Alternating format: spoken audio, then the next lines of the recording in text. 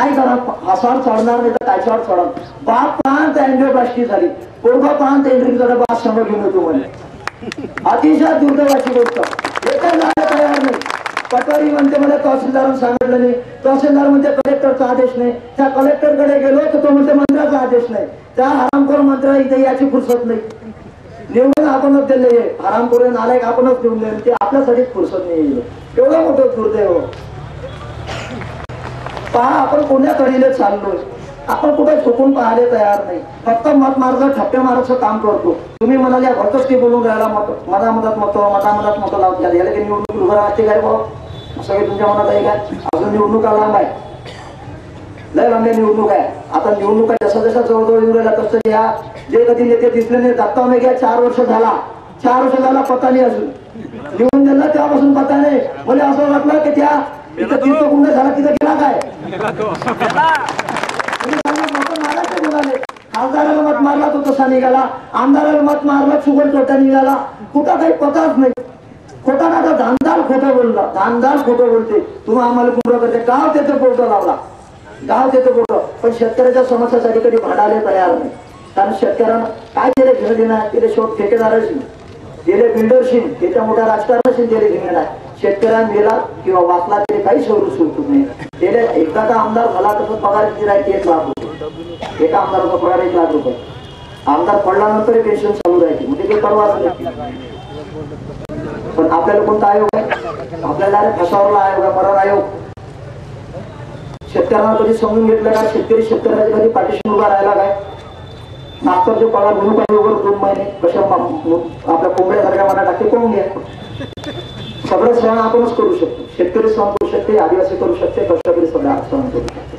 धारणीचं कार्यालय इथं आणतो म्हणून सतत 5 वर्षापासून मागणी चालू आहे. आमच्या गिराकांना सांगलं, राजेश बोटेकांना सांगितलं, देवेंद्र भाऊ जोपर्यंत आपल्या जीवात जीव आहे, आपला रक्त सळसळत आहे, आपलं जोपर्यंत रक्त सळसळत आहे तोपर्यंत आपण आदिवासीच्या त्याच्या हक्काच्या मागणीसाठी आपण खंबीरपणे उभं राहिलो पाहिजे. राजेश भाऊ तुम्हाला तरी चालेल, त्याची पर्वा नाही. होणार काय आहे? शेवट तुम्ही मला लिहून दिलं. मी आदिवासीच्या शेतकऱ्याच्या कष्टकऱ्याच्या भरोशावर निवडून आलो. माझा बाप काँग्रेस संघ, मायच्या शिट्टी संघ, आणि हे सगळे 2-4-5 लोक त्याच्या भरोशावर निवडून आलो. मग काय पर्वा आहे कोणाची? जे होईल ते पाहिल्याचे. शेवट तुमच्याशी खंबीरपणे पाठीमाग उभा. केव्हा देवेंद्र लावाचा लहान वयानं जरी देवेंद्र 25 वर्षाचा असला, पण तुम्हाला सांगतो कुठल्याही समस्येसाठी बोलावा. कलेक्टर असो, कमिशनर असो, एखादा मंत्री असो, काही परवानगी सहाय्य होऊन जाईल. आणि खरं पाहिलं तर काय परिस्थिती लावून टाकली. निवडणूक आधी का सहायचे उठान उघडे होऊन पाया लागू काजून काय करू, आणि निवडणूक संपली तर मग सत्ता पता नाही रे बा. कोणत्याही पक्षाचं चालत कोण्याही पक्षाचा, काँग्रेस मध्ये जा, राष्ट्रवादी मध्ये जा, का शिट्टी मध्ये जा, हेच बिमारी सगळ्या पक्षाने. अतिशय महत्वाचा आपण विषय घेतला. शेतकऱ्याचा विषय महत्वाचा असा आहे की पेरणी, वखरणी, डवरणी, निंदणी आणि फवारणी गेली. कारण पश्चिम महाराष्ट्रात या संदर्भात सतत पाठपुरावा केला जातो.